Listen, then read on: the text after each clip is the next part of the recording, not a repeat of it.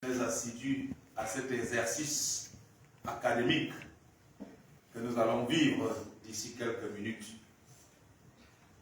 Nous sommes ici à l'invitation de la faculté de philosophie de l'Université catholique d'Afrique centrale pour écouter le candidat Roche Obre Mandaka Junjakui qui va nous présenter un travail qu'il a effectué et qui se présente comme un aboutissement de son cycle de master dans notre faculté de philosophie.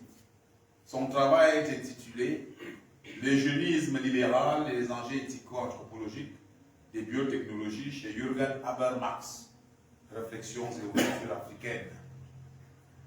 Selon nos habitudes, le candidat a droit à 15 minutes d'exposition. Après son exposé, nous allons passer la parole à son directeur pour qu'il nous présente les joies, et peut-être, pourquoi pas, les nombreuses difficultés qu'il aurait eu à diriger ce candidat. Par la suite, l'examinateur, qui n'est autre que le docteur Leva, va nous permettre de mieux apprécier, d'entrer dans l'essence même de ce travail. Et le président que je suis, si opportunité se présentera, pourra dire quelque chose sur la essentialité de ce travail que j'ai entrepris. Et les usages universitaires ne nous autorisent pas des applaudissements. Même si nous sommes dans une beauté ponctée du style, je vous inviterai juste à vous calmer et à attendre la fin des opérations. Je vous remercie. Excellence, je vais vous asseoir.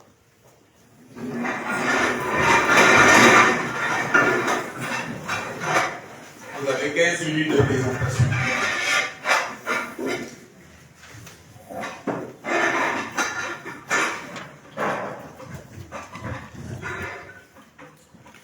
Merci de nous passer la parole.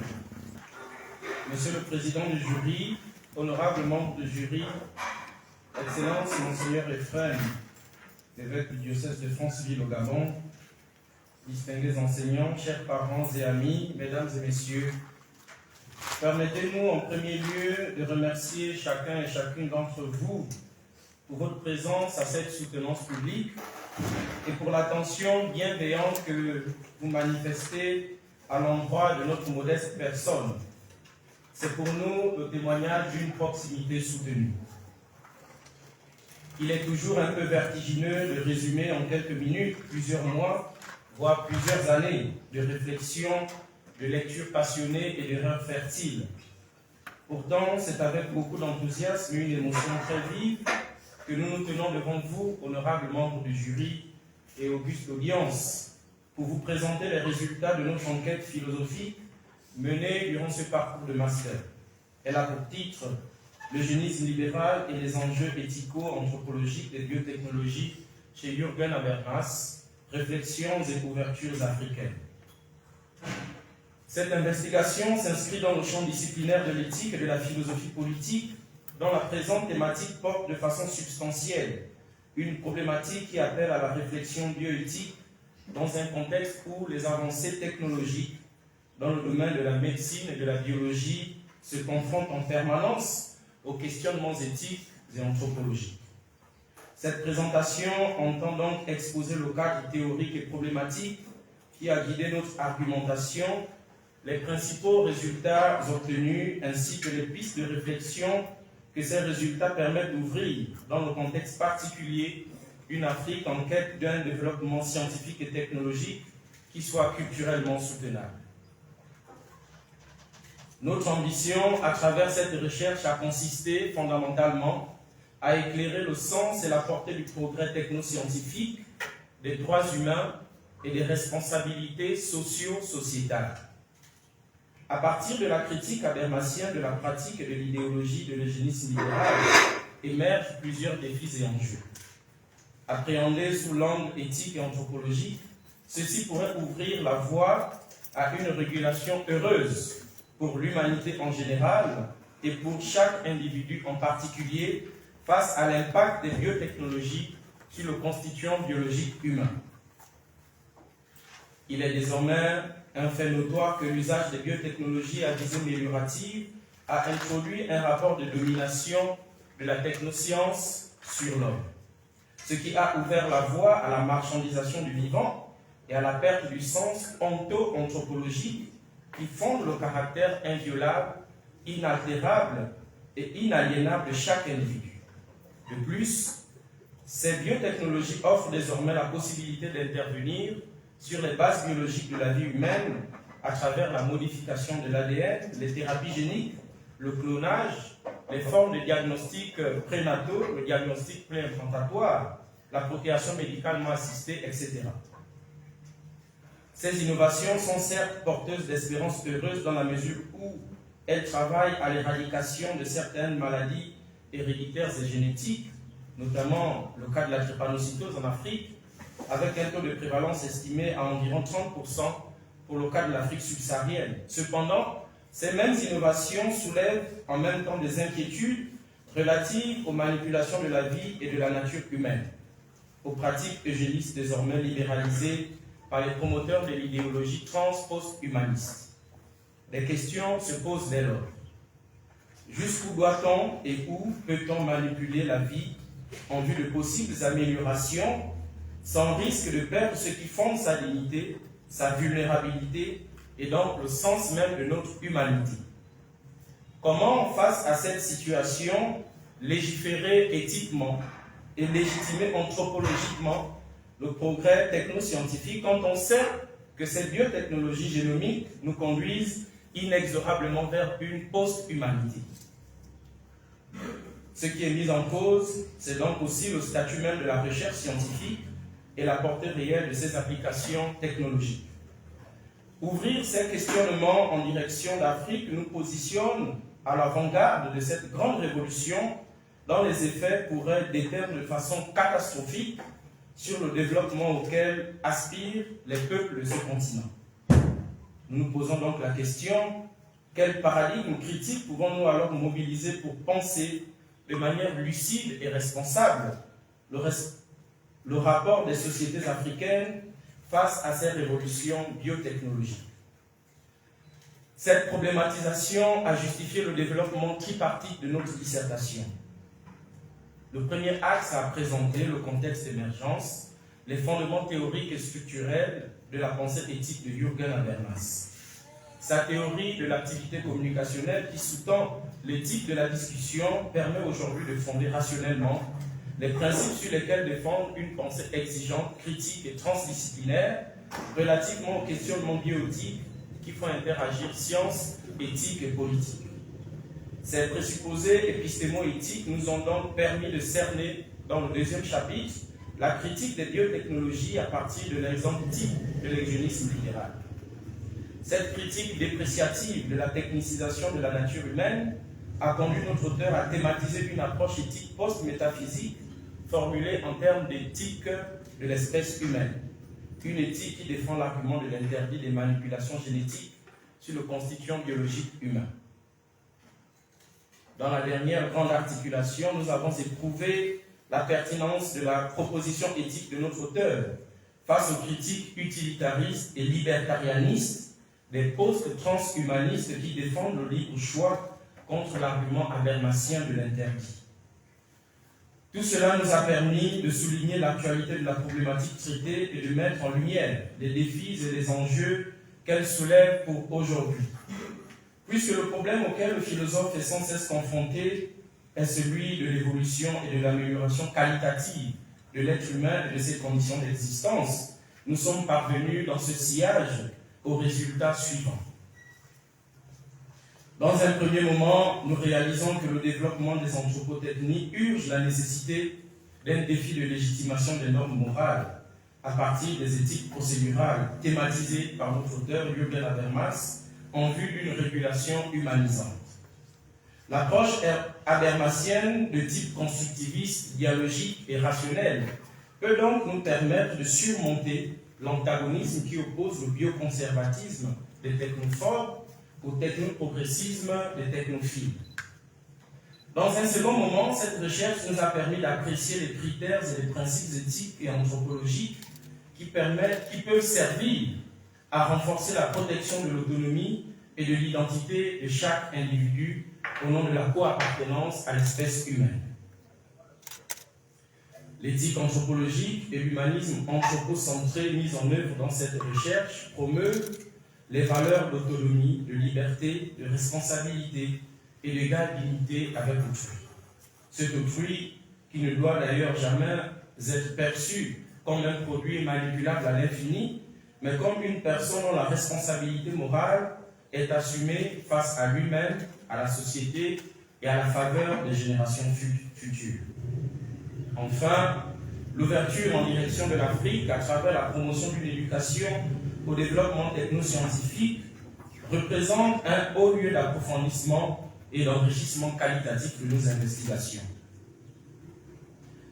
Dans le contexte de l'Afrique, certaines pratiques biotechnologiques relevant d'un eugénisme génétique anticipatif se réunifient de plus en plus avec des risques d'instrumentalisation de l'être humain. On peut citer, pour exemple, la procréation médicalement assistée, la fécondation in vitro, ou encore des questions de santé publique, telles que la mortalité infantile, les essais cliniques non éthiques, comme les avortements sexo-sélectifs, l'interruption volontaire de grossesse, etc.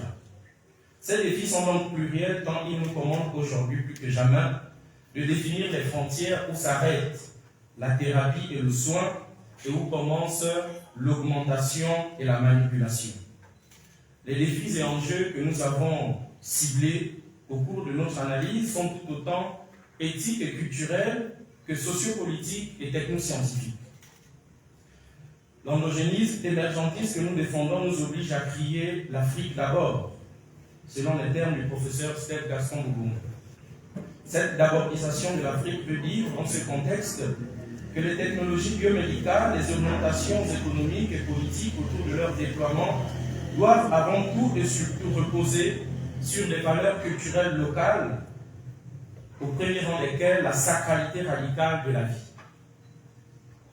Monsieur le Président du jury, honorable membre du jury, arrivé à ce niveau de notre itinéraire de recherche, nous affirmons sans exagérer que les nouvelles technologies ont malheureusement, bien heureusement, c'est selon, un caractère ambivalent.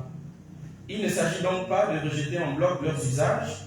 Nous avons néanmoins mis un point d'ordre au fait que les aspects salutaires des biotechnologies ne devraient pas nous faire perdre de vue les risques et les dangers qui transparaissent concomitamment à leur applicabilité.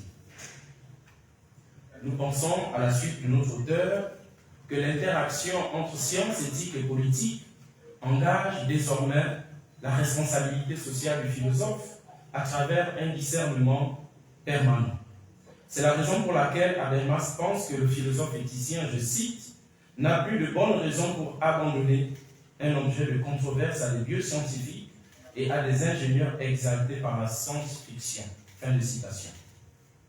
Le philosophe africain devrait résolument se positionner comme le chantre d'une rationalité technoscientifique émancipatoire sous le mot d'une coopération authentique entre nouvelles technologies et identités culturelles endogènes, comme l'analyse le professeur Wiglund Barga dans une publication scientifique emblématique, sous la direction du professeur Stéphane Forby-Kizito, daté de 2016. Puisqu'il est désormais illusoire de se représenter une société non technologisée, notre réflexion très optimiste repose donc sur une heuristique de l'espérance portée par une sagesse technologique au service de l'humain. Monsieur le Président du jury, honorable membre du jury, nous sommes parvenus au terme de cette présentation sommaire. En vous remerciant pour votre attention aimable, nous restons entièrement ouverts à toutes observations et questions qui contribueront assurément à enrichir le contenu de ce mémoire afin qu'il soit présenté dignement à la communauté illimitée des chercheurs scientifiques. Nous vous remercions. Merci beaucoup, Père, pour ce travail. Vous avez fait 14 minutes de présentation. Donc vous êtes dans le cadre qui vous a été proposé. cette réussite de l'espérance. Et en termes d'abordisation, s'il fallait emprunter le vocabulaire de votre directeur, je voudrais donc qu'il abordise. D'abord, qu'il abordise cette entrée dans la phase interrogatoire qui s'ouvre avec lui. Monsieur le directeur, vous avez la parole. Merci de me passer la parole pour cette présentation ajoutée sur le travail portant sur l'eugénisme libéral et les enjeux éthico-anthropologiques des biotechnologies selon Jürgen Habermas, réflexion ouverture africaine, présentée par Ruth Aubrey Mandaka Ngunjangoi, un nom bantou, qui a des traits avec le nom du Congo-Brazza. Alors, voici donc un jour heureux, Monsieur le Président, de grandes célébrations hélistiques avec l'aboutissement de l'itinéraire théorico-matériel de M. l'abbé Aubrey, qu'on appelle absolument Vincent. Avec nous avons une tradition de travail depuis son arrivée, puisque j'ai été le directeur de son micro-mémoire de licence, qui explorait la problématique des rapports entre l'Église et l'État sous le prisme du dialogue entre l'alors Ratzinger et Jürgen Habermas. Les présentes recherches montrent plutôt, au sens wittgensteinien du terme, un virage paradigmatique de l'itinéraire heuristique du candidat, qui s'attaque maintenant à un domaine existentiel délicat et différentiel, les biotechnologies et surtout la question de l'eugénisme. Pour le climat de travail, comme nous avons déjà eu une tradition d'échange, ce climat a été marqué par la fraternité sacerdotale, mais la rigueur et la disciplinarité. Donc, je note, je signale l'assiduité du candidat et sa plus grande qualité est la quête de perfection investigative et d'expression méthodologique parfaite. Le candidat, comme l'un de ses maîtres, Ratzinger, refuse tout déchet heuristique dans sa production scientifique. En outre, il a une grande propension à l'érudition. Vous allez voir le nombre immense de commentaires infrapaginaux. Des commentaires en note infrapaginale. Dans les précisions surtout, pour ne pas rester dans le flou artistique et épistémologique, les mises au point sur les questions soulevées et les controverses. Alors pour moi, le travail de haute facture théorique, surtout c'est une production originale et spécifique sur le sujet de l'énergisme qui n'est pas courant ici en faculté. L'originalité est marquée par l'application de la théorie habermasienne de l'agir communicationnel bien connue plutôt, à un champ théorique pas assez appliqué, ni exploré, pratiqué, ni exploré dans une société locale, notamment l'eugénisme. Donc, je disais, je faisais encore le point que c'est comme si c'était un mini-doctorat. Hein? Un mini, il y a 118 pages, la bibliographie 10 pages, il y a un équilibre radical entre les chapitres, avec une dimension profondément dialectique. Donc, on notera la beauté de la présentation, déjà les formes et les couleurs, comme le disait le professeur Wam, montre déjà la tonalité du travail. Donc, l'effort d'harmonisation au plan méthodologique, mais aussi au plan de contenu, au plan de épistémologique. Il a utilisé la méthode analytico-critique, comme on disait tout à l'heure, anacritique, dans le décryptage et la percée dans le thème de l'eugénisme. La confrontation des résultats de la prospection au paradigme de l'éthique de l'espèce humaine, a comme un chassé-croisé scientifique. Parce que c'est vrai, il y a la bioéthique, il y a aussi la politique, les technologies biomédicales et aussi l'éthique. Donc l'interdisciplinarité est assurée comme critère, est assurée. La recherche est impressionnante, avec 394 citations bien tracées, hein, traçabilité. Ce qui confirme un peu cette mini-doctoralité dont je parlais et l'originalité. Alors le sujet a été maîtrisé. La théorie de l'agir communicationnel et la théorie de la discursivité éthique ou l'éthique des discussions y afférente était une théorie mise en forme par Jürgen Habermas dans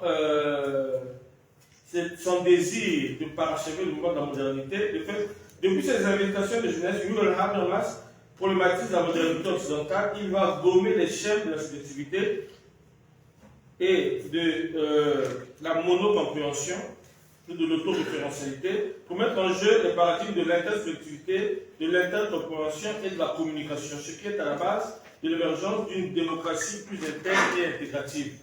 L'application de l'éthique de la discussion à la question de l'eugénisme par le candidat constitue une véritable un tournant. On parle de kairos ontologie. Donc ce qui est intéressant, ce sont les résultats auxquels le candidat aboutit et qui nous a proposé à travers cette herméneutique que j'ai dit, diacritique, en dialogue critique avec d'autres auteurs, en commençant par Habermas lui-même, ainsi que ses prolongements à l'Afrique. Donc, quelles questions familières peuvent trouver des solutions. À Brazzaville, il y a, on appelle les bitomes. Bitomes, c'est les monstres, les individus tératogènes. Donc, tu le vois là, il est monstre là. Parfois, il n'a pas de pieds, pas de mains. Souvent, on les cache ou on les tue dans certaines familles, même les albinos.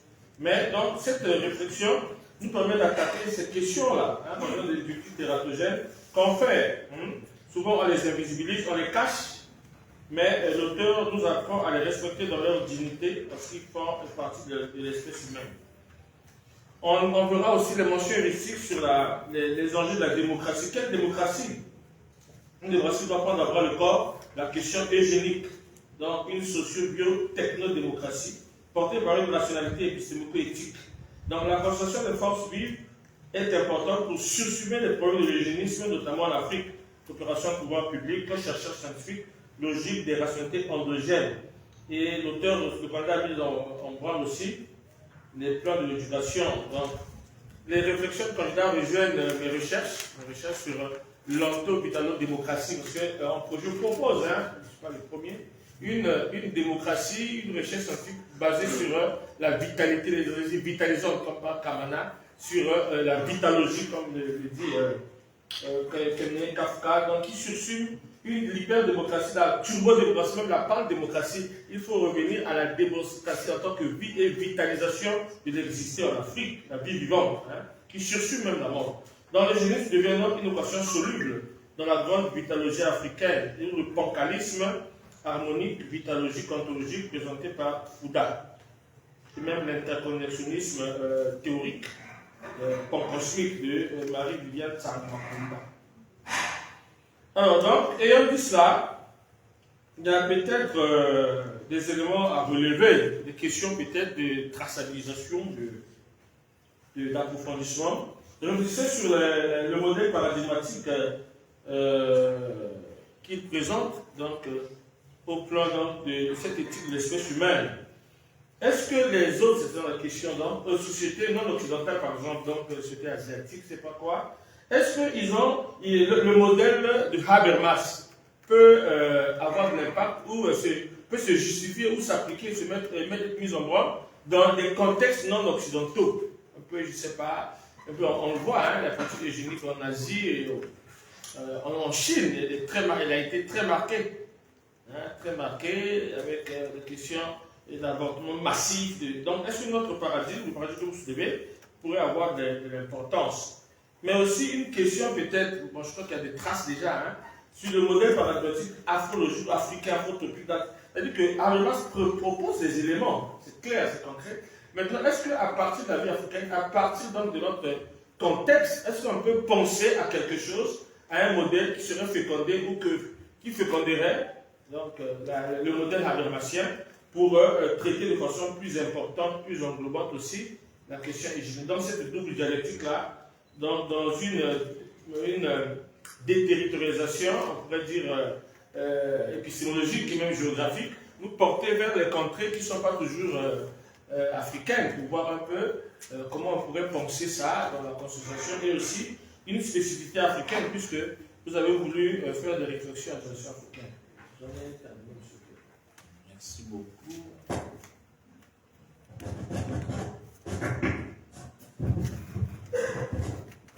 Merci beaucoup, monsieur le directeur, pour cette présentation laudative de votre candidat. Nous lui donnerons la parole une fois pour apporter quelques lumières aux ondes d'ombre que vous semblez avoir éjecté dans votre propos. Je voudrais passer la parole immédiatement au docteur David Lema pour sa déconstruction, reconstruction de ce travail. Vous avez la parole pour ça. Monsieur le Président, j'ai lu ce travail avec un grand intérêt, ou même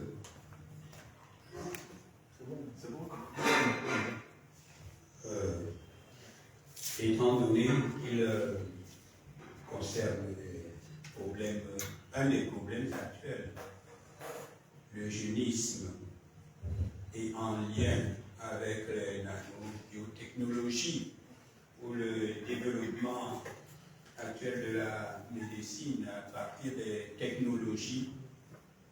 Et on peut dire le pan flexible de Habermas.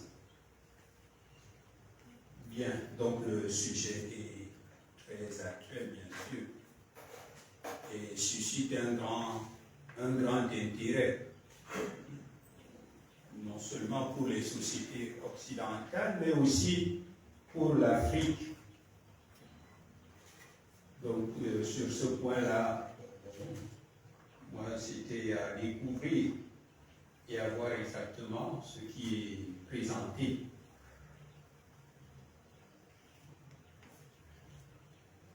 Bien sûr, la présentation du travail est assez bien ou très bien présenté, parce qu'assez bien, c'est un peu limitatif, mais très bien présenté. Le texte est clair, limpide, et puis bon, l'expression est très bonne. Tu parles bien français. Bon, si tu aimes, je ne te sous-estime pas, mais c'est comme ça qu'il y a la proximité, souvent j'aime le tu. Moi, je le vois blanc, occidental. Et puis chez les Anglais, c'est le même mot, il n'y en a pas deux, on ne différencie pas. Donc c'est clair, le français est vraiment bien soutenu. Le vide, l'expression est très bonne. Il y a très peu de fautes. Il y en a très peu. Bon, il y en a quand même. Il y en a très peu. Alors, ça, c'est soit bien, parce que l'une des choses, quand vous lisez qui est truffé de fautes là, alors ça vous décourage. Mais votre texte est vraiment bien écrit, il est clair, parce que j'ai essayé pour voir. Je ne sais pas combien, si je compte 1, 2, 3, 4, 5, 6, 7, 8, 9, 10, 11, 12, 13, 14, 15, 16, 17, 18. Bon, pour un travail de là, c'est très peu. C'est-à-dire, si on dit en général une vingtaine de fautes, voilà, mais c'est très agréable. Vraiment, c'est très agréable parce que c'est éparpillé d'une manière vraiment éparse. Donc, ça, c'est vraiment bien. Bon, et puis, une des choses déjà relevée par votre directeur, c'est votre grande culture, n'est-ce pas, en général philosophie. C'est-à-dire que tous ces auteurs que vous avez convoqués, c'est une bonne érudition en philosophie. Bon, voilà, ça c'est très intéressant. On voit même la bibliographie, la qualité de la bibliographie. C'est très, très intéressant. Sur ce point, vraiment, j'étais très content.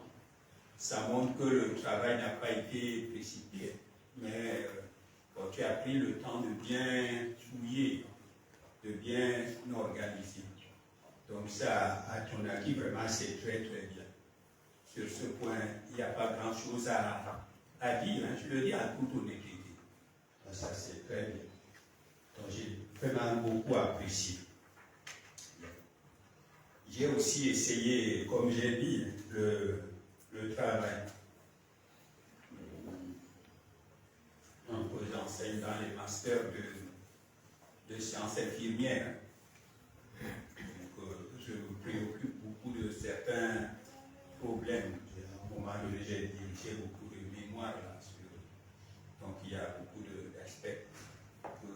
discute souvent, soit avec les médecins, soit avec les infirmiers d'un niveau supérieur de ces questions-là. Donc c'est aussi très intéressant de pouvoir réfléchir. Bon, vous avez décidé de choisir Habermas, l'un des auteurs très très célèbres, surtout sur la philosophie, même la sociologie allemande. Quelqu'un qui a une grande autorité, donc ça c'est bien d'avoir choisi un tel auteur. Maintenant, comment j'ai lu le travail? Premièrement, j'ai l'impression que vous n'avez pas beaucoup clarifié la problématique. C'est-à-dire qu'il y a beaucoup de problématiques, mais en principe, un travail philosophique, en réalité, n'a qu'une seule problématique, autour de laquelle tout se construit. Donc, quand il y a beaucoup de problématiques, on ne sait pas exactement ce sur quoi vous allez vous appesantir. Si vous vous rendez compte, à un moment donné, quelle est la problématique centrale? Et pour les étudiants aussi maintenant, de plus en plus, je dis que, parce qu'ils ont la manie, ils vous mettent un ensemble, mais ils ne savent pas que ça... Même quand vous faites un travail de sociologie, il y a ce qu'on appelle la question centrale. Et vous déclinez à partir de là les questions secondaires. Mais on sait sur quoi repose principalement le travail. Et donc en philosophie, il faut retirer une seule problématique. Vous pouvez la reposer ou la clarifier, mais il faut qu'elle soit unique. Mais ici, il y en a plusieurs. Et donc ça, c'était pas très clair pour moi. Donc c'est là où j'ai commencé à dire au niveau méthodologique, il y a des choses à faire quand même. Bon, vous écrivez très bien, mais attention aussi à ce niveau. Deuxième chose, vous voyez, le sujet c'est l'eugénisme libéral et les enjeux éthico-anthropologiques des biotechnologies. Bon, le reste. Vous vous êtes beaucoup appesanti sur je peux dire, la philosophie générale de Habermas. Nous n'en avions pas besoin. Vous parlez de l'école généralement de Francfort dans la théorie critique. Ça ne m'apporte absolument rien sur la question. Par contre, pourquoi n'avez pas vous choisi de faire la topique sur l'eugénisme et l'eugénisme pour décliner vers l'eugénisme libéral? C'est-à-dire, qui est vraiment votre question? Le reste, bon, c'est une réduction, mais ça alourdit le travail. Vous auriez dû, si vous voulez bien expliquer, vous arrêter sur l'éthique de la discussion, peut-être, de Habermas. Parce que justement, vous voyez, dans sa considération de l'eugénisme libéral, il va s'appuyer sur l'éthique de la discussion, beaucoup plus. En vue de quoi? Parce que, en vue du consensus, il faut bien comprendre Habermas, c'est le consensus qui est important pour lui. Alors, dans l'éthique de la discussion, il valorise toujours le consensus. Alors, c'est ça qu'il fallait mettre. Et puis, vous nous auriez expliqué, c'est-à-dire un peu sur l'eugénisme en général, les différentes positions à partir de la considération aristotélico-thomiste jusqu'aux autres.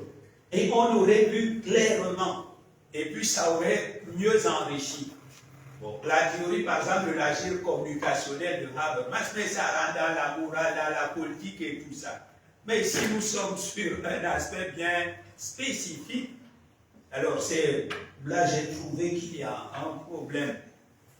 Oui, parce qu'il faut, en général, quand il y a un problème, il faut l'attaquer, il faut attaquer votre sujet directement. Et là, ça devient beaucoup plus enrichissant.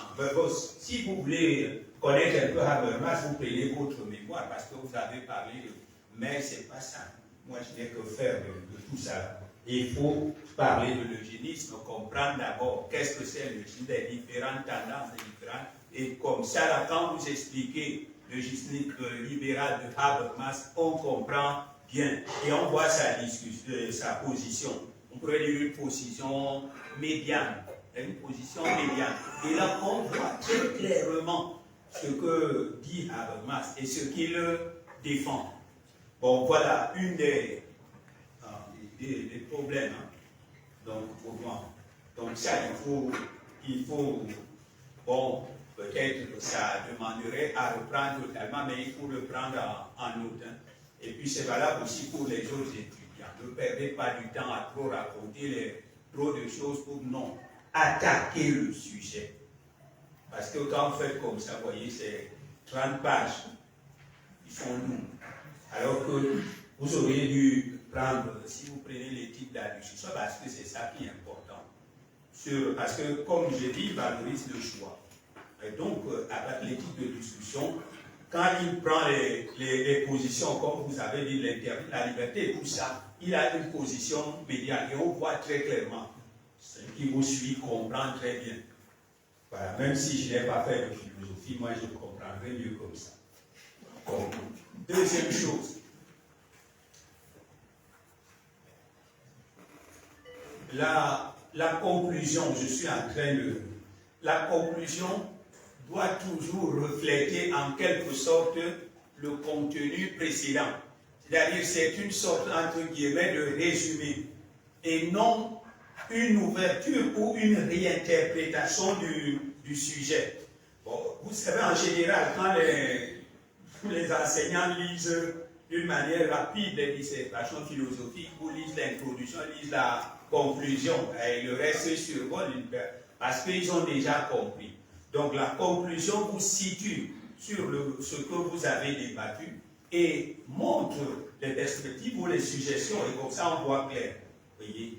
Donc, par exemple, j'ai vu une conclusion partielle, j'ai dit elle ne reflète pas ce que vous avez développé, mais vous expliquez, même la conclusion finale, à la conclusion finale, reprenez toujours le sujet et la problématique.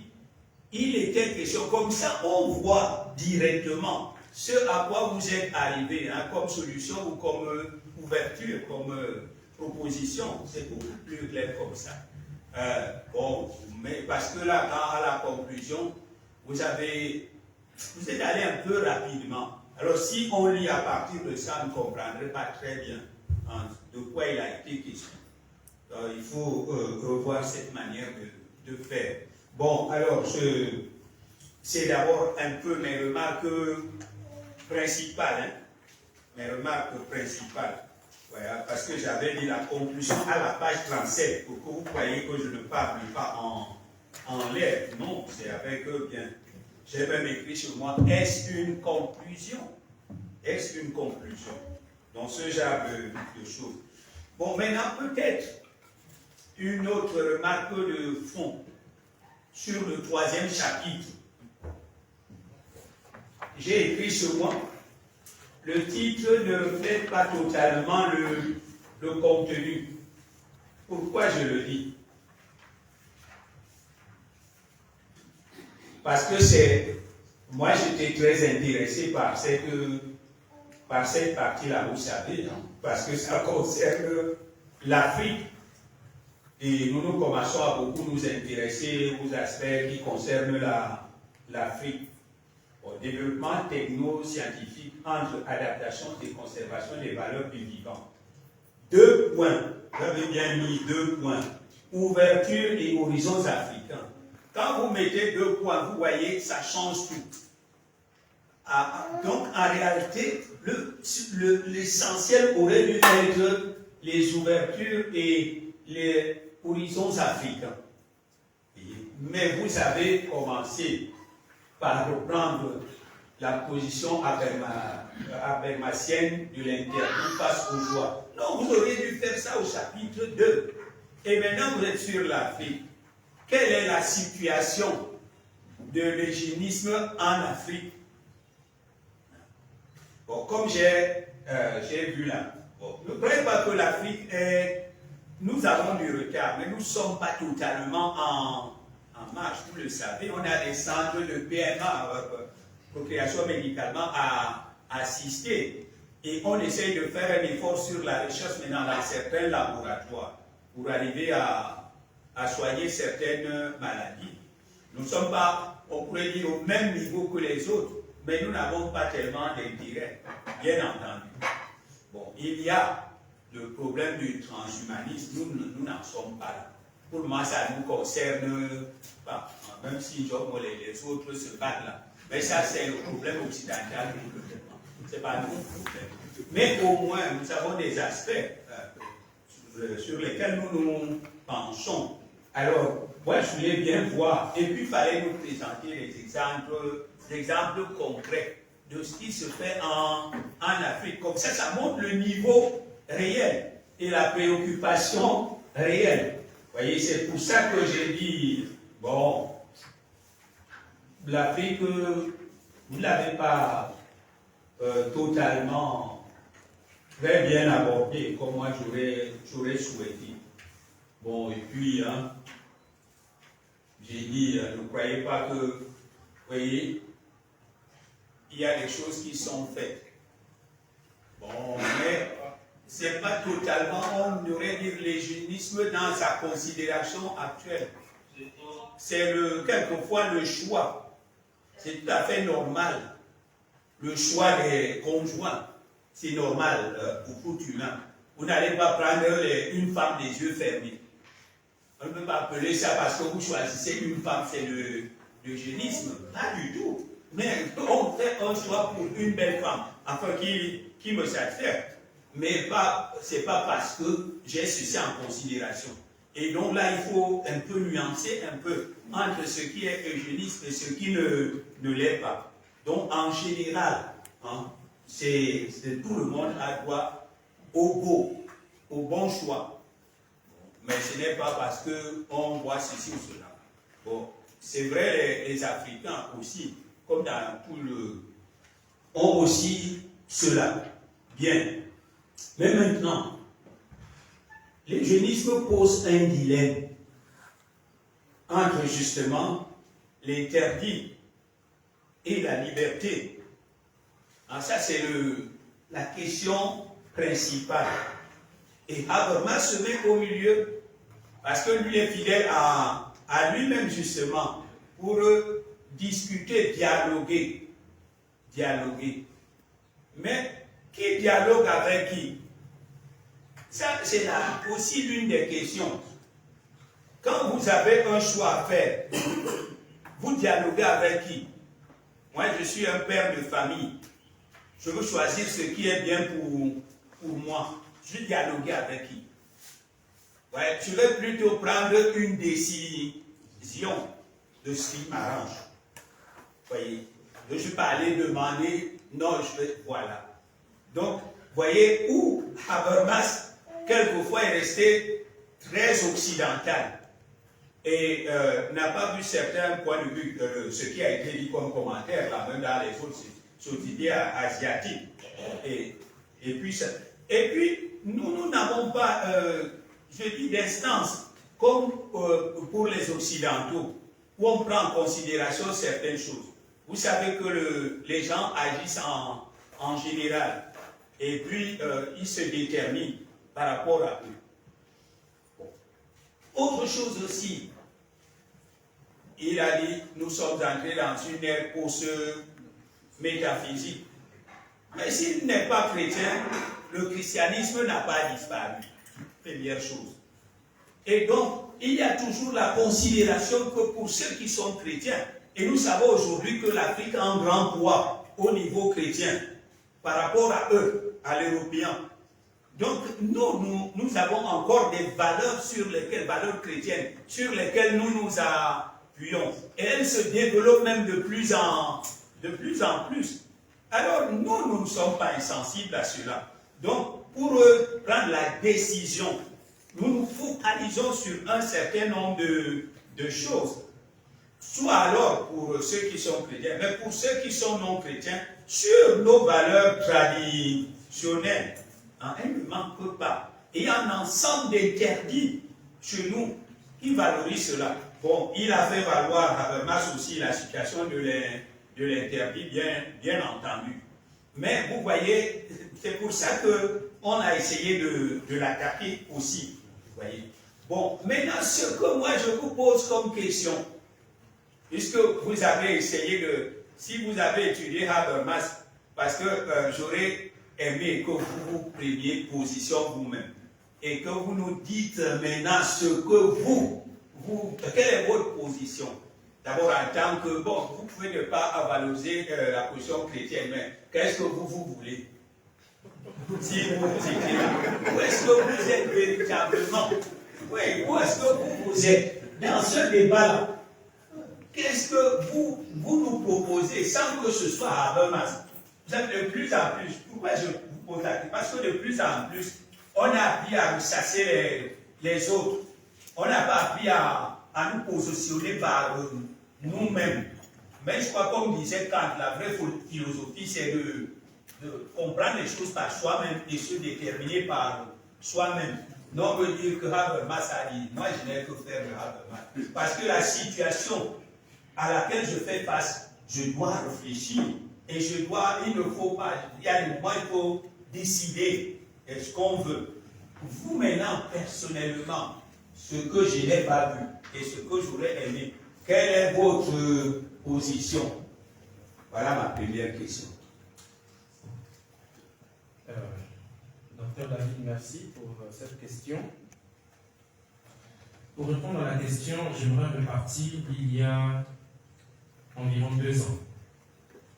Comme le professeur Steve le disait, nous étions partis sur un projet de recherche quand nous sommes arrivés ici au sein de notre institution, de l'Université catholique, qui voulait analyser de manière critique les rapports entre religion et politique, sous le prisme des considérations théoriques développées par notre auteur Jürgen Habermas, surtout à partir d'un dialogue très riche qu'il a eu avec le feu pape Benoît XVI, le cardinal Joseph Ratzinger en 2004. Et puis, il s'est trouvé qu'il y a 2 ans, effectivement, nous avons traversé une situation assez dramatique. Un être cher est décédé parce que drépanocytaire.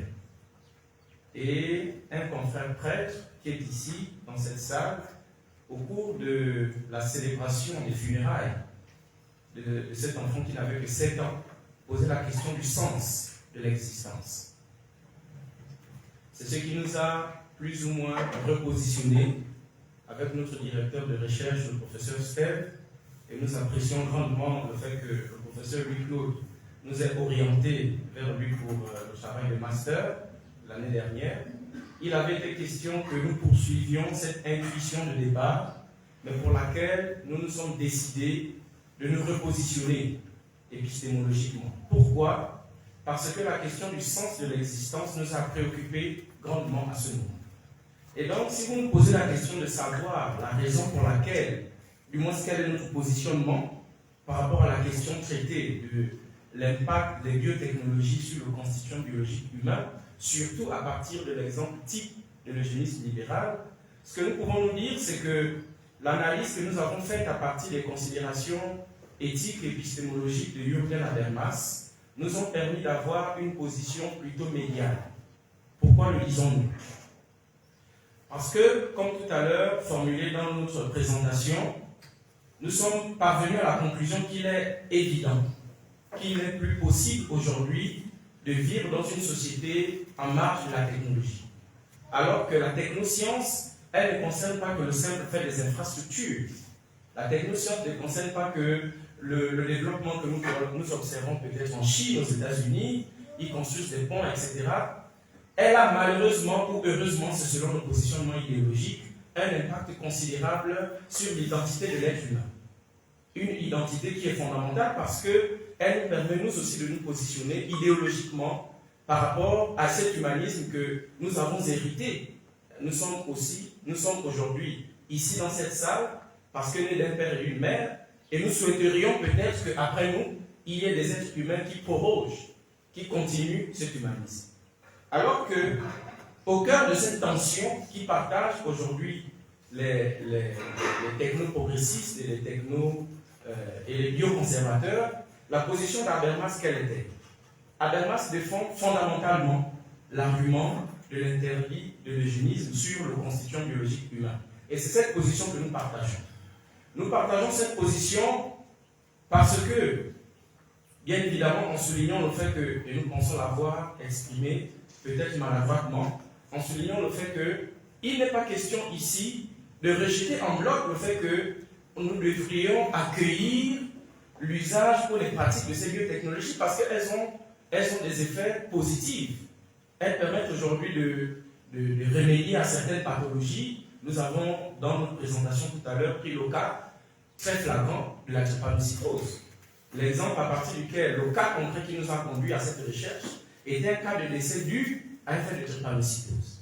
Alors, en nous posant la question de savoir qu'est-ce qu'on aurait pu faire pour une enfant de 7 ans décédée de drépanocytose, eh bien, ces pratiques biotechnologiques peuvent nous aider à répondre à la mesure où il y a un développement qui nous permet aujourd'hui de répondre de façon salutaire, de revenir à la normalité sanitaire par rapport à des phénomènes biomédicaux aussi graves, appréhendés au point de vue eugénique.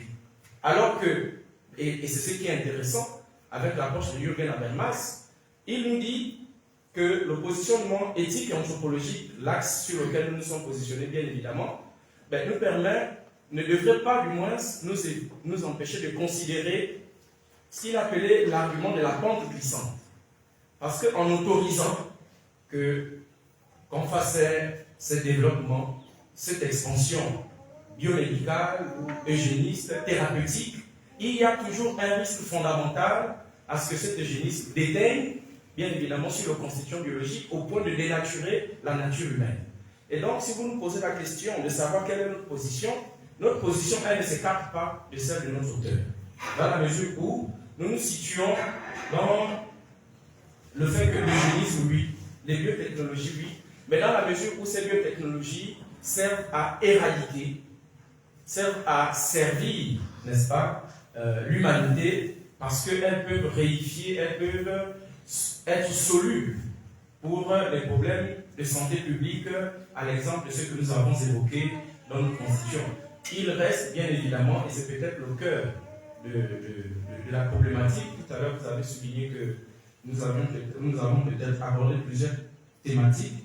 C'était certainement des exemples que nous avons évoqués pour servir la cause de ce même problème qui voudrait que nous nous positionnions, n'est-ce pas, en faveur de la frontière qu'il faut définir entre les logiques du soin et de la thérapie et les logiques de l'augmentation et de l'amélioration.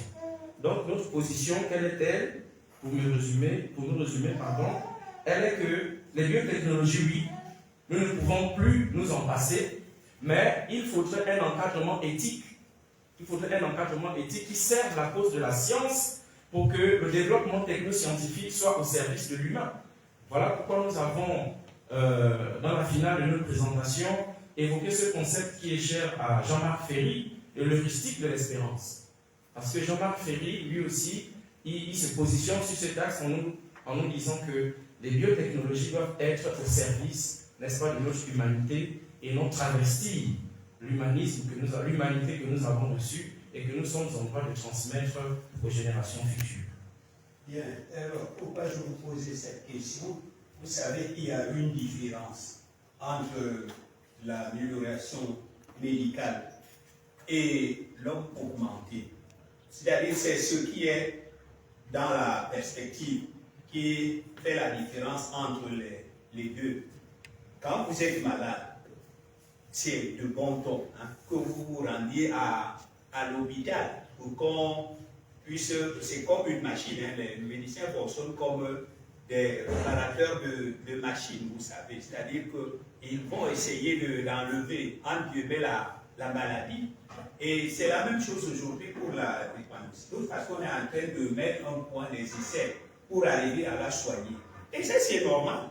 C'est-à-dire que c'est comme une maladie, vous la soignez. Mais maintenant, changer la personne, c'est ça qui devient une autre chose. Et bon, voilà le dilemme, c'est-à-dire la situation réelle. Personne ne peut refuser d'aller à l'hôpital pour se faire soigner.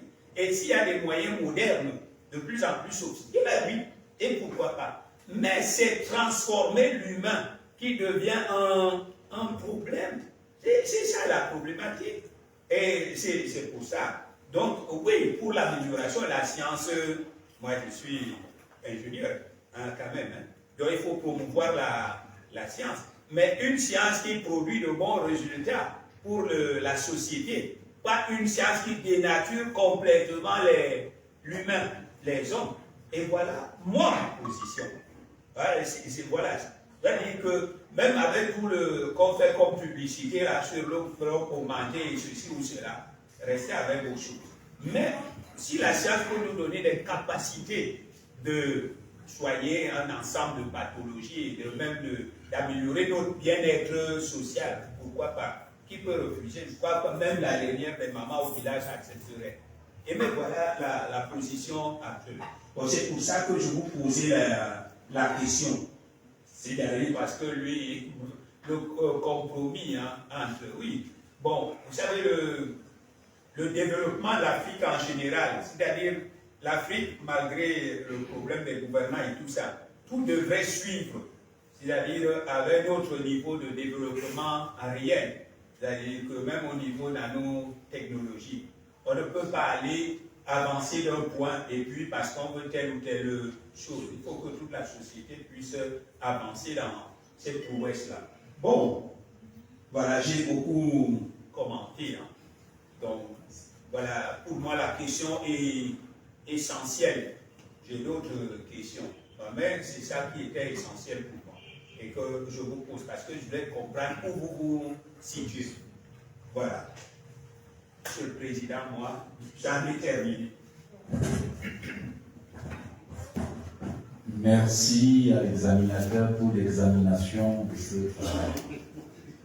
Je voudrais vous passer la parole pour que vous puissiez apporter une réponse à la question de votre directeur, si vous le voulez bien. Il n'a pas été exigeant. Vous pouvez répondre comme vous aussi, vous pouvez répondre.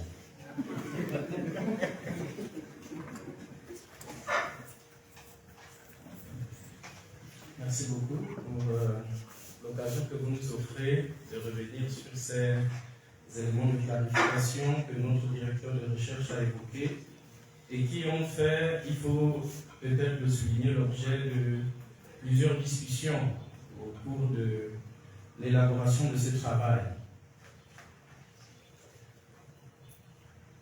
Le professeur Steve nous posait la problématique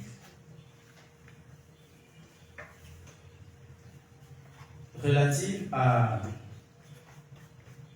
la production originale et spécifique, n'est-ce pas, qui confronterait, si nous nous sommes bien entendus, l'approche théorique, éthique de Habermas avec les logiques qui pourraient féconder, bien évidemment, cette réflexion dans le contexte de l'Afrique.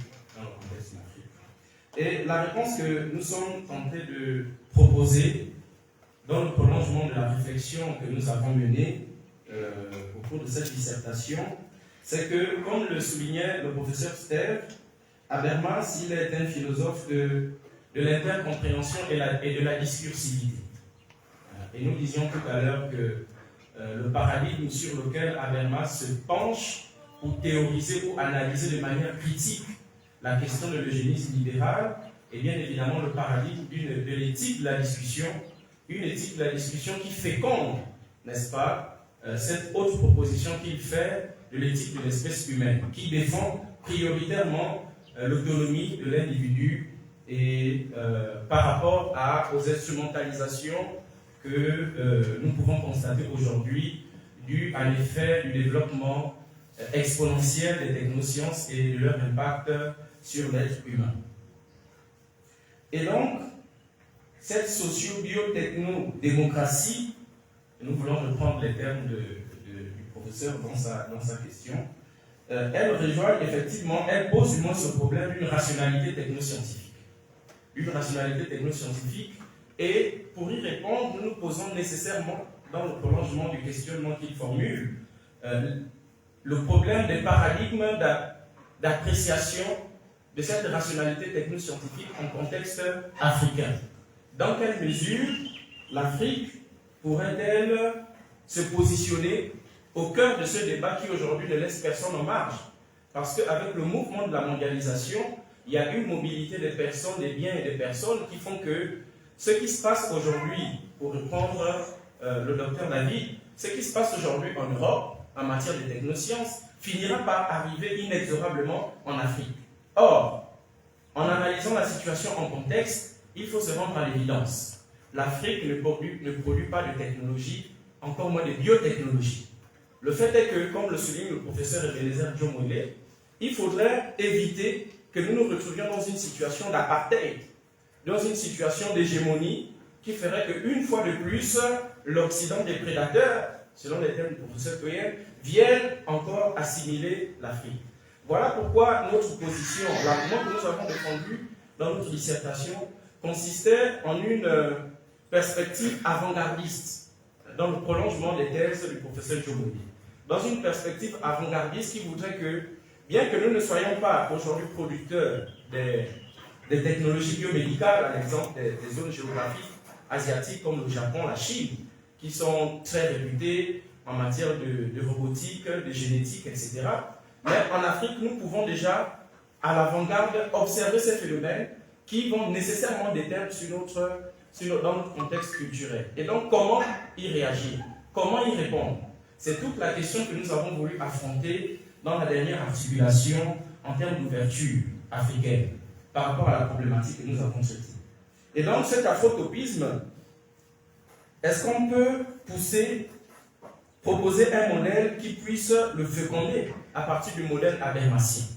C'était la question du professeur Steve. Et donc, le modèle habermasien, quel est-il? Il est un modèle discursif, dialogique. Jürgen Habermas n'est pas généticien, il n'est pas biologiste. Jürgen Habermas est un philosophe qui aborde la question sur le plan éthique et anthropologique. Et donc, pour mesurer les enjeux éthiques et anthropologiques, il nous propose une approche discursive qui nous permette de légitimer sur des principes rationnels qui puissent, en fonction des contextes particuliers, nous emmener à décider de l'importance, de l'impact ou non, de mesurer du moins l'impact ou non de ces biotechnologies en Afrique. Et dans le contexte de l'Afrique, il y a, en guise de comparatisme, peut-être de réception des thèses habermasiennes, une approche théorisée conjointement par le philosophe Eboussi Boulaga et le professeur Jean-Godefroy Bidima, qui propose une éthique relationnelle qui nous permet quand même de surmonter cet individualisme technologique sur lequel se base le technoprogressisme occidental. Parce qu'en Afrique, l'éthique de l'Ubuntu est une éthique qui pense l'homme avec, et non une éthique qui se positionne comme étant une réification du statut humain. Et donc, à partir de cette approche, bien évidemment, cette éthique relationnelle peut nous permettre de fonder aujourd'hui quelques réflexions qui puissent encadrer le développement biotechnologique, le développement de l'eugénisme libéral, qui est jusqu'à date en Afrique non génétique. Et nous apprécions qualitativement l'analyse que nous en a fait le docteur David, qui est un eugénisme non génétique, parce qu'en Afrique, nous sommes encore dans une sorte d'eugénisme de population. Aujourd'hui, on croise des familles parce que ici, il y a un drépanocytaire. Il ne faudrait pas que ce drépanocytaire se mette en couple avec un autre drépanocytaire. Le risque de nous produire un enfant drépanocytaire SS. Donc, c'est un eugénisme qui est encore, j'allais dire dépassé, mais qui a cours dans nos sociétés africaines. Or, en Europe, cet eugénisme a évolué. Il a été objectivé au point de devenir génétique. Et à partir du gène, c'est la question du libre choix que nous avons essayé d'affronter dans la dissertation que nous avons menée au cours de ce mémoire. Mais il ne s'arrête pas. L'Afrique a ce qu'on appelle la valeur de la vie. Et c'est sur la valeur de la vie que tout est fondé. Et donc, il ne faudrait pas négliger cet aspect. C'est-à-dire, quand vous théorisez, il faut se fonder sur ce qui est typiquement africain. Nous n'avons pas tout à fait la même façon de penser la vie. Bon, voilà, un peu, je suis un peu obligé d'intervenir pour vous dire, ne devenez pas totalement occidental. Il faut quand même que vous restiez vous-même. Et ce qui s'adapterait à notre société au mieux. Voilà, moi j'attire seulement votre attention pour aller. Docteur David, vous faites bien de souligner ce principe de la vitalogie africaine que bien évidemment, au cours de nos recherches, nous avons perçu avec notre directeur, mais que pour des raisons peut-être plus importantes, nous nous sommes réservés un droit vraiment discriminatoire de différer l'analyse et l'appropriation de cette question, si le jury nous le permet, pour d'éventuelles recherches. Mais nous n'avons pas omis ce principe de la vitalogie africaine, qui fait que, effectivement, et qui pourrait féconder en réalité cette éthique relationnelle comme appropriation de la pensée éthique de Habermas en contexte africain. Parce que la vitalogie, à la base de la vitalogie africaine, il y a le principe de l'énergie qui fédère l'interaction entre le corps, l'âme, la communauté, le cosmos, n'est-ce pas? Et qui fait que aujourd'hui, cette approche endogène, locale, culturelle, puisse différencier des perspectives occidentales qui reposent sur une sorte d'instrumentalisation héritée de la rationalité moderne, que bien évidemment notre auteur Jürgen Habermas a tenté de surmonter, parce qu'en 1987, il écrit un article, La modernité, un projet inachevé. Et donc, le fait que la modernité inachevée est liée en réalité à ce que la rationalité moderne, instrumentale, bien évidemment, ayant évolué dans le contexte de sociétés postmodernes, et c'est le sens du postmodernisme que Jürgen Habermas donne à l'idée de modernité qu'il mesure par rapport à la modernité philosophique, eh bien, elle intègre aujourd'hui les paradigmes de coopération entre les ressources rationnelles, instrumentales, technoscientifiques et les ressources rationnelles symboliques. C'est très impressionnant quand on lit les textes de Jürgen Habermas de constater que, au-delà des années 2000, après les attentats du 11 septembre, eh bien que Jürgen Habermas se soit repositionné idéologiquement au point de penser une coopération entre les ressources de la foi, bien évidemment, et les ressources de la rationalité symbolique, qui permettent aujourd'hui de défendre l'argument habermasien de l'interdit qui se fonde sur l'inviolabilité de la vie qui est déjà commencée dans sa phase anténatale et dans sa dimension relationnelle personnelle. Merci beaucoup. Non, c'est bon, c'est ce que je voulais entendre. Être sûr que les autorités peuvent continuer les recherches. Merci beaucoup. Le président a quelque chose à dire. Ce qui m'impressionne d'abord, c'est la réalité qui nous concerne tous ici et maintenant. Tout à l'heure, le docteur Iléba parlait de l'homme augmenté. Moi, et à sa suite, je me refuserai la logique de l'homme augmenté autant que je me refuserai la logique de la réalité augmentée pour saisir la réalité dans ce qu'elle se donne à nous. Et en regardant dans la réalité, que dis-je, le cadre qui nous a créés, je voudrais d'abord apprécier ce cadre pour sa beauté. Je voudrais apprécier le cadre pour l'innovation. Nous faisons désormais des discussions matérielles sans user des moyens archaïques de la crèche sur les tableaux. C'est à féliciter. Et nous voyons l'Afrique centrale fortement représentée dans cette salle à travers ces drapeaux. C'est également une innovation. Nous voyons de beaux rideaux dans cette salle. C'est la réalité dans ce qu'elle se donne, et non une réalité mathématisée. Donc, félicitations non seulement aux candidats, mais également aux doyens de la faculté. pour ces approches innovatives. J'ai beaucoup apprécié votre travail. J'ai eu un appétit fort prononcé en le dégustant à sa juste valeur. Et la mendication que j'en ai faite m'a repu à telle enseigne que jusqu'à ce moment, j'en suis fort rassasié. Qu'est-ce qui m'a rassasié? Cela a été plusieurs fois dit ici. C'est la culture du candidat que vous êtes. Votre travail est, lui, pas sa transversalité, que dis-je, pas sa transdisciplinarité. Vous avez touché pratiquement toutes les aires du savoir, R, A, I, R, E, S. Et cela est un actif très fort de votre travail. J'ai également apprécié, c'est vrai, je ne sais pas pour aller contre ce que disait le docteur Léva, c'est pour me rassurer et lui dire ce que j'ai apprécié de votre détour à travers l'école de Francfort, vers les théories critiques.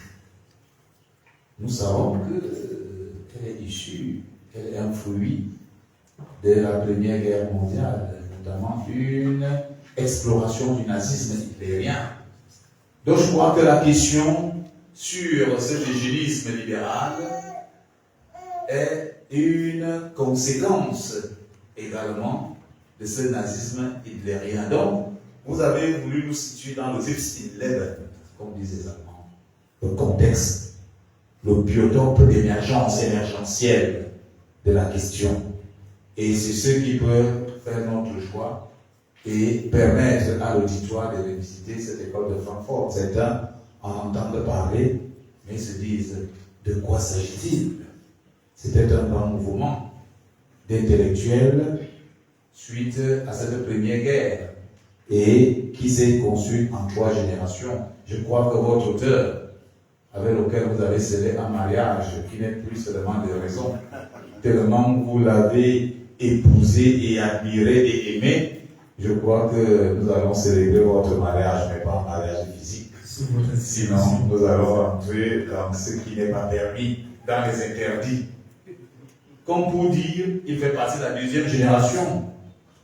La première génération était conduite par Horkheim et Adorno, et il fait partie de la 2e génération avec les grands Marcuse, avec donc il fait partie de la 3e génération avec Onès. La 2e génération, c'est avec les Herbert Marcuse. Donc je crois que cette entrée nous permet de comprendre même la raison fondante et fondatrice de votre sujet. Donc je voudrais vous remercier pour cette culture que vous apportez. Je voudrais également féliciter la théoréticité de votre travail. Vous l'avez fondé sur des éléments théoriques forts. Et c'est ça aussi la philosophie. Les concepts. Nous avons ressenti une appropriation digeste des concepts philosophiques. Et ça rentre votre critique. Ce que je voudrais vous dire, oui, Habermas peut se donner comme un paradigme sur la question, mais à la suite du docteur Eleba, vous l'avez tellement aimé que la distance critique vis-à-vis de sa pensée vous a un peu manqué. Vous en avez été subjugué au sens latin du terme. Bientôt vous terminez et nous remercions votre évêque qui est là. Certainement, il vous demandera de réfléchir sur les questions de moralité dans le diocèse. J'espère que vous n'irez pas parler d'Habermas.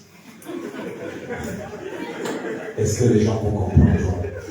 Donc un peu de distance, une réappropriation pour que vous puissiez construire une pensée autochtonique qui favorisera une meilleure appropriation pastorale, puisque vous êtes prêtre. Par ailleurs, je n'ai rien contre l'éthique de la discussion. Et l'auteur élève, l'auteur élève encore des auteurs, ils ont parlé de l'éthique de l'altérité qui est africaine. Et nous savons que quand il s'agit d'une discussion, on se met sur une table et chacun essaie d'apporter sa contribution à la discussion. Tel que présenté par Habermas, pensez-vous vraiment que l'éthique africaine de l'altérité puisse avoir un répondant lorsque vous serez assis sur cette table? L'altérité que vous serez assis aux côtés de Habermas et autres occidentaux, comme le disait tout à l'heure le docteur Ileva. Est-ce que cette altérité pourra vraiment se prononcer et surtout se faire comprendre? Qu'est-ce que vous avez à apporter dans ce concert des nations par rapport à ces questions existentielles et vitales? J'ai apprécié la vitalogie africaine telle que vous l'avez bien systématisée. Voilà pourquoi j'ai apprécié votre théoricité du concept. Par ailleurs,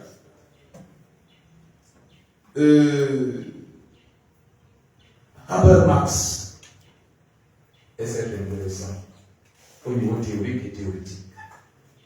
Mais au niveau pratique, qu'est-ce que vous pouvez nous apporter comme solution urgente face à ces questions qui riment avec violation de la vie? Et comme on l'a dit, nous les Africains, nous mettons un accent grave sur la sacralité de la vie. Et des questions sur la FIV, la fécondation in vitro, ça se posait chez nous quand j'étais curé en Bosso. J'avais le cracère où cela se vit. Qu'est-ce que vous pouvez apporter en termes d'éthique?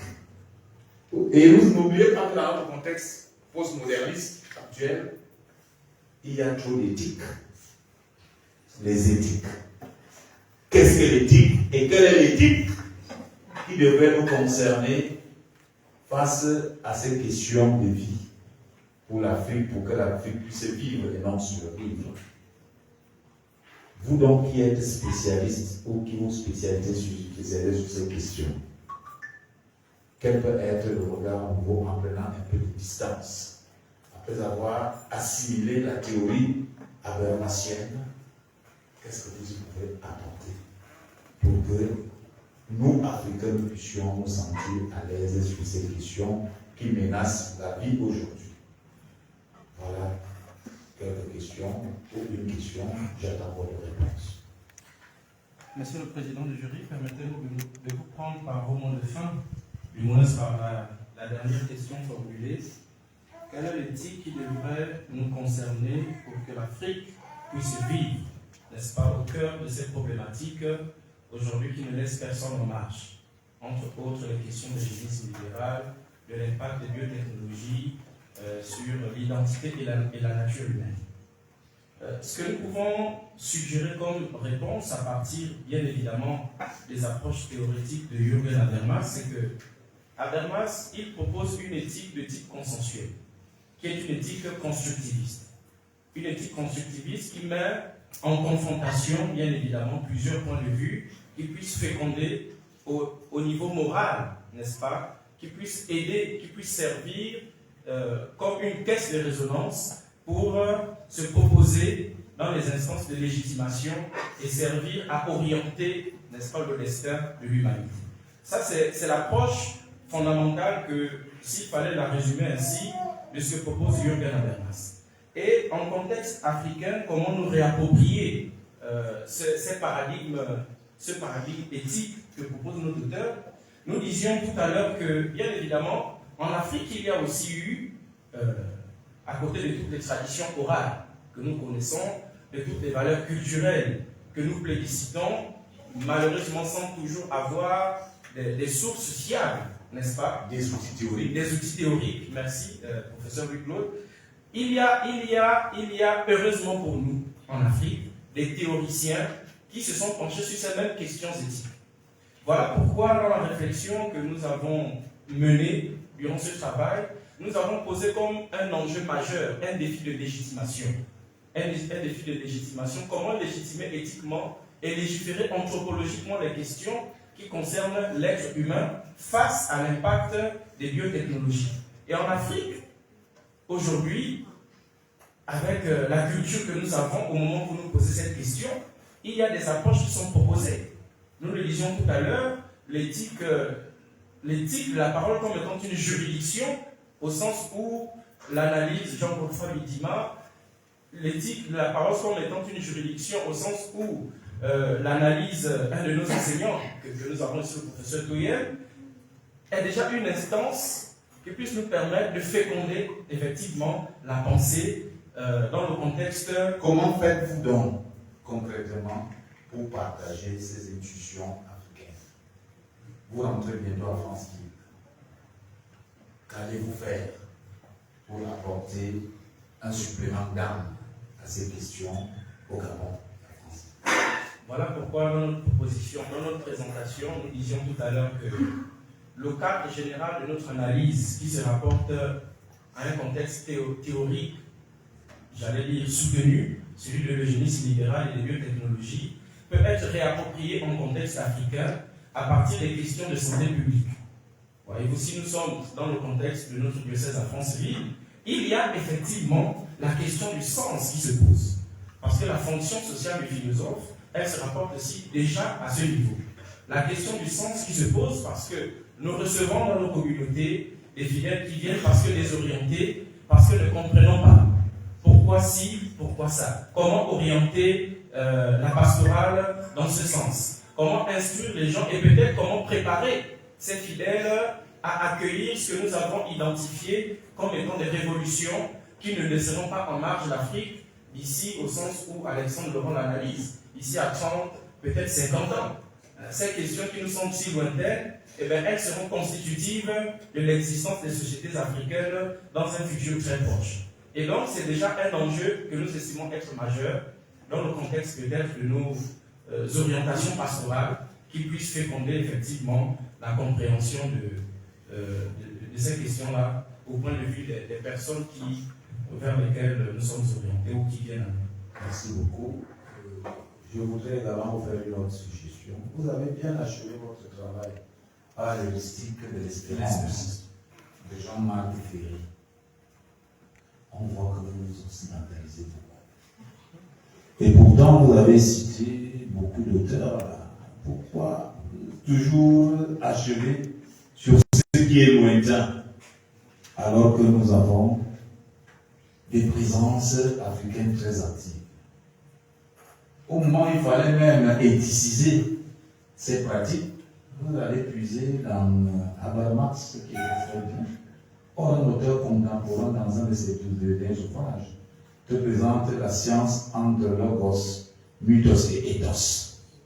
Je vous invite donc à aller lire le livre de Luc Barga, Théorie de la relativité, la Einstein, le statut de la science dans l'épistémologie contemporaine. Il vous permettra d'avoir suffisamment d'éléments critiques et heuristiques pour que vous puissiez, au lieu de sortir par l'heuristique de l'espérance, sortir par une heuristique, par l'heuristique d'un genre autre. Nous voulons vous remercier pour ce travail. Le jury va se retirer et en se retirant, nous remercions Monseigneur l'évêque pour sa présence ô combien active et docte, un homme de science dans sa complétude et dans son essentialité. Merci beaucoup, Monseigneur, que nous avons connu en 2005 à Rome, quand j'arrive comme étudiant. Lui, il était déjà à Jérusalem, où il faisait ses études de Bible, pas théologie biblique, mais l'exégèse biblique. Et il nous retrouve avec le secrétaire général académique, Jean-Paul, qui le retrouvait, et c'est lui qui l'accueillait. Quand il venait à Rome, il nous retrouvait au collège avec l'actuel archevêque de Libreville, Monseigneur Ibarra. Excellence, je vous prierai de transmettre à son Excellence mes salutations et le père Yves Grapamou, qui était également avec nous au collège, le recteur du grand séminaire de l'Église. Merci beaucoup, excellent, pour votre présence, qui ne nous a pas dérangés, au contraire, elle nous a charité et fécondé et délecté. Merci.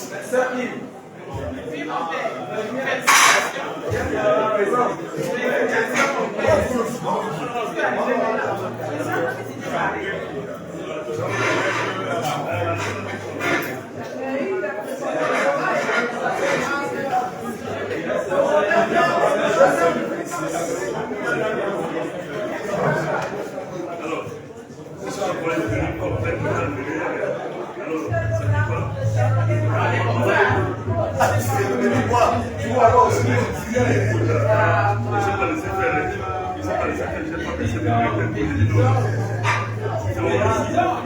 Ceux qui sont comme soi,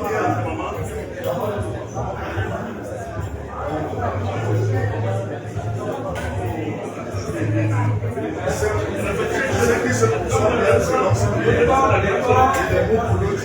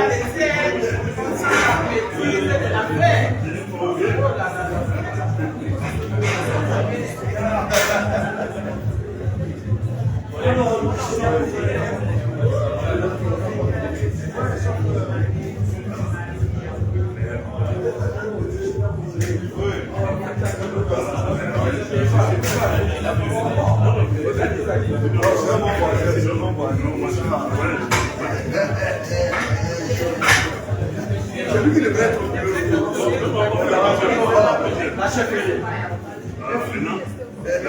Voilà, maintenant.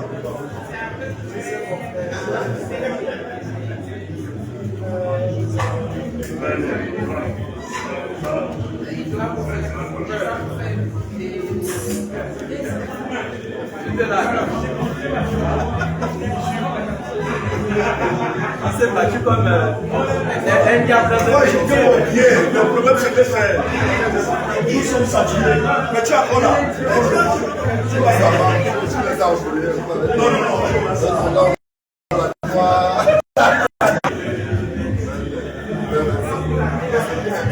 Tu as déjà pris le studio.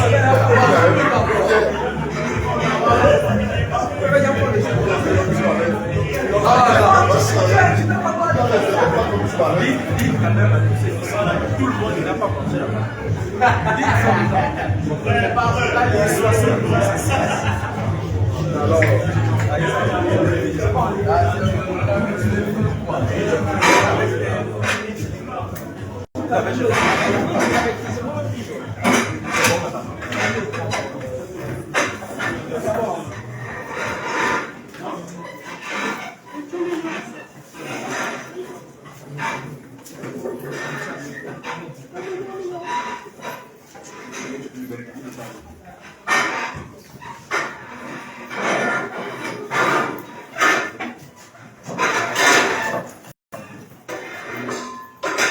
Nous venons tous d'assister à la défense du mémoire en vue du master de M. l'abbé, je m'appelle maintenant M.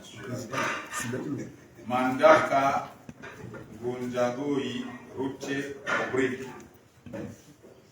Le titre de son travail, L'eugénisme libéral et les enjeux d'ouverture africaine. Cette soutenance a eu lieu en ce jour et en cette salle. Le jury était constitué du président professeur Abbé Luc Varga, bon là il y a Steve Gaston, examinateur docteur Ile David. Les critères qui vont justifier la note que nous allons vous présenter tout à l'heure et les appréciations relatives à ces critères. Au niveau de la présentation matérielle du texte, nous avons trouvé la présentation très bonne.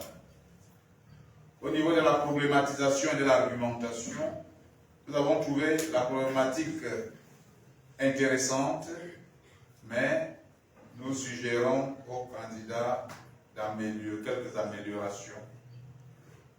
La maîtrise conceptuelle et théorique est très bonne. Le travail sur les sources est très appréciable. La méthodologie et la rigueur académique. Le candidat a respecté les principes méthodologiques de base. Au niveau de l'originalité, nous avons trouvé le sujet très original.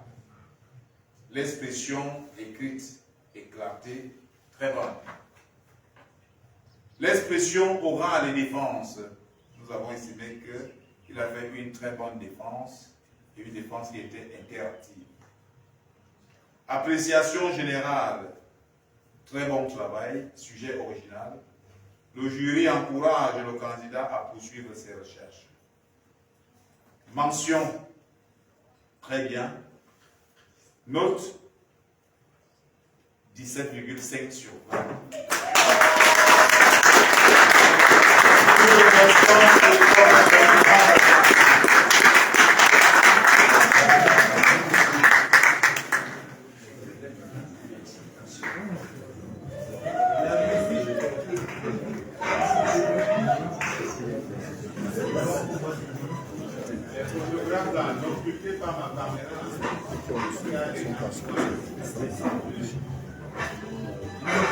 The break.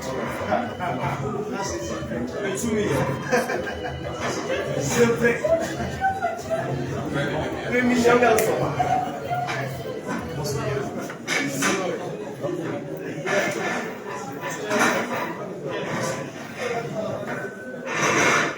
The break.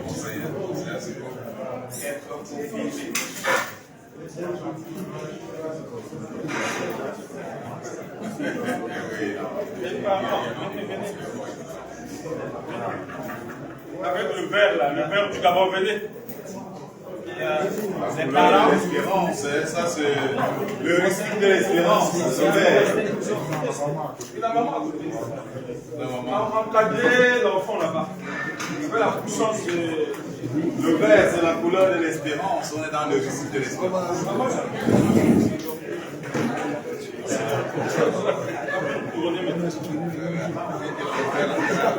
Encadrer l'enfant. David, pas de l'autre côté. Il encadre, le père encadre le sacerdoce. Allez-y, photo.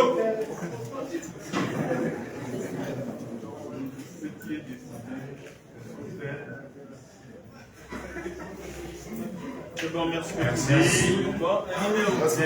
Le reste des photos sont à l'extérieur.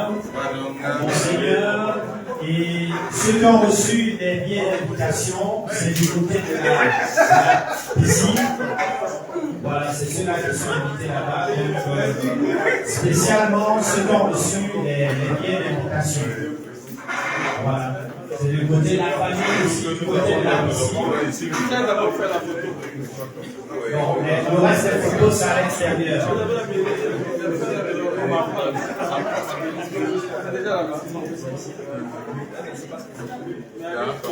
Donc c'est là que nous y allons. Nous y allons. Sans autre bon. Il dit que Un espace dédié pour les photos juste à côté du secrétariat à la faculté de philo. Donc, juste après, Monseigneur et frère fera l'interview.